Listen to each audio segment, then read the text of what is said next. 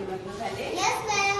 एक बार खुशी की मम्मी खाना बना रही थी, तो उन्होंने सोचा कि गरम गरम रोटी बना के बच्चों को खिलाती हूँ। तो खुशी को बुलाया और एक रोटी बनाई और रोटी बना के खुशी को दे दी। खुशी और खुशी का भाई राज दोनों बैठे थे। खुशी गई और रोटी ले आई और मम्मी ने कहा कि बेटा जाओ लिए दोनों भाई बहन आधी आधी ऐसे खा लो। तो खुशी ने आधी कैसे करी? खुशी ने आधी ऐसे की, छोटा हिस्सा राज को दे दिया और बड़ा हिस्सा अपने आप खा लिया। तो राज की रोटी जल्दी खत्म हो गई। Yes ma'am. इतनी देर में मम्मी ने दूसरी रोटी बना ली। Yes ma'am. राज मम्मी के पास गए और दूसरी रोटी ले आए। मम्मी ने फिर बोला कि ये रोटी ले जाओ और दोनों आधी आधी बांट लो।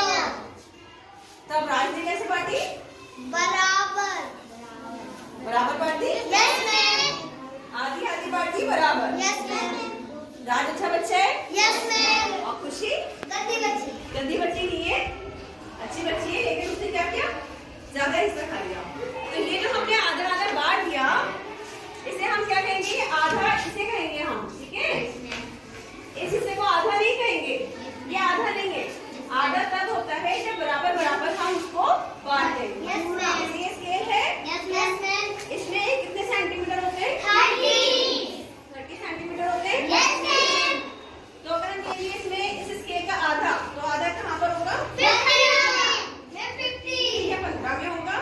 ये 15 है। Yes, ये स्केल का आधा होगा। ये इतना आधा नहीं कहेंगे हम इसे, नो मैम। बराबर। तो जब भी हम बराबर हिस्सा करते हैं तो वो आधा होगा।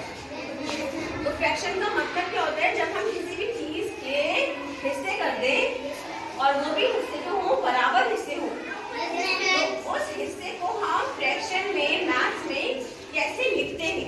Yes ma'am. ये फ्रैक्शन है। अब जैसे आधी रोटी करिए, यस मैम। अगर इसे हमें लिखना हो मैथ्स में, फ्रैक्शन में कैसे लिखेंगे? फ्रैक्शन की फॉर्म में 1 अभी नहीं लिखेंगे। पहले तो ये बताओ कि हमने कितने पार्ट्स करे इसमें? मैम 2 पार्ट्स कर दिए ना? Yes ma'am. 2 पार्ट नीचे हमने 2 लिख दिया। और हम कितना पार्ट बता रहे हैं? 1। हमने शेड जो करा है हम उस पार्ट को बताएंगे, तो ये 1। तो इस हिस्से को हम कैसे शो करेंगे? 1/2। इसको लिखते हैं हम 1/2। ये जो 1 होता है तो ऊपर लिखते हैं हम, इसको हम क्या कहते हैं? न्यूमरेटर। नहीं 1 तो है बेटा, लेकिन ऊपर जो है उसको हम कहेंगे न्यूमरेटर, ठीक है? और हिंदी में इसे कहते हैं अंश। और जो ये लाइन डिवाइड कर रही है इसको हम कहते हैं विभाजक रेखा।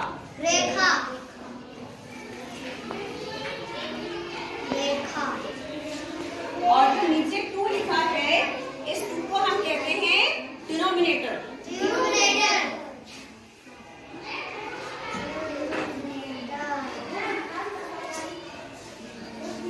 और डिनोमिनेटर को हम हिंदी में कहते हैं हर। क्या बोलते हैं? हर। ठीक है, समझ आ गया? इस रोटी को 4 पार्ट्स में डिवाइड कर दें, लेकिन ये 4 पार्ट्स कैसे होने चाहिए? इक्वल, बराबर। सारे पार्ट्स बराबर होने चाहिए। और अगर हमें इस पार्ट के बारे में बताना है कि ये हिस्सा जाओ बेटा, ये हिस्सा जाकर इसे खिला दो, या मान लो ये केक है, ठीक है? अब केक को हमने 4 हिस्सों में बांट दिया और हम कह रहे हैं कि इस हिस्से को जाकर सिंधी को खिला दो, ठीक है? तो हम इसको कैसे लिखेंगे फ्रैक्शन की फॉर्म में? देखिए, सबसे पहले तो हमने कौन सा हिस्सा है? 1। एक हिस्सा है तो ऊपर हमने क्या लिख दिया? 1/, कितने टोटल कितने हिस्से? 1 2 3 4। तो 4 लिख दिया नीचे। ये क्या बन गया? 1/4। समझ आ गया? अगर मैं कहूँगी एक हिस्सा छोड़ दो और बाकी ये 3 हिस्से जो हैं ये जाकर रिया को खिलाओ। रिया को बहुत भूख लगती है ना? 3 हिस्से रिया को खिला देते हैं, ठीक है? तो अब हम ये कैसे लिखेंगे? सबसे पहले ऊपर लिखेंगे हम जितने हिस्से हमें बताना है। तो ये कौन कौन से हिस्से जिसमें शेड कर रखा है हमने? 3। Very good. अब टोटल कितने? 4. तो by 4। 3 by 4. Very good, 3 by 4। समझ आ गया फ्रैक्शन? Yes. जब हम किसी भी चीज को इक्वल पार्ट में डिवाइड कर देते हैं बराबर हिस्सों में, तो उसे और उसके हम किसी भी एक पार्ट को हमें बताना होता है या कुछ पार्ट्स को बताना होता है, तो हम वो फ्रैक्शन के थ्रू कैसे बताते हैं, ठीक है? आगे जाइए। ये है, इसको हमने कितने पार्ट में डिवाइड करा है बताइए आदिश? 1 by 4. नहीं 1 बाय 4 नहीं, कितने पार्ट्स हैं टोटल? 4. 4 पार्ट्स हैं। और हमने कितने पार्ट्स में रंग भरा है? 1 पार्ट में रंग भरा है। तो जो रंग भरा हुआ पार्ट है उसको तो हमें फ्रैक्शन की फॉर्म में बताना होगा। हम कैसे बताएंगे? 1 by 4. 1 बाय 4। अच्छा, अगर हमें, चलिए आप बैठ जाइए। वेरी गुड, क्लैप करिए के लिए।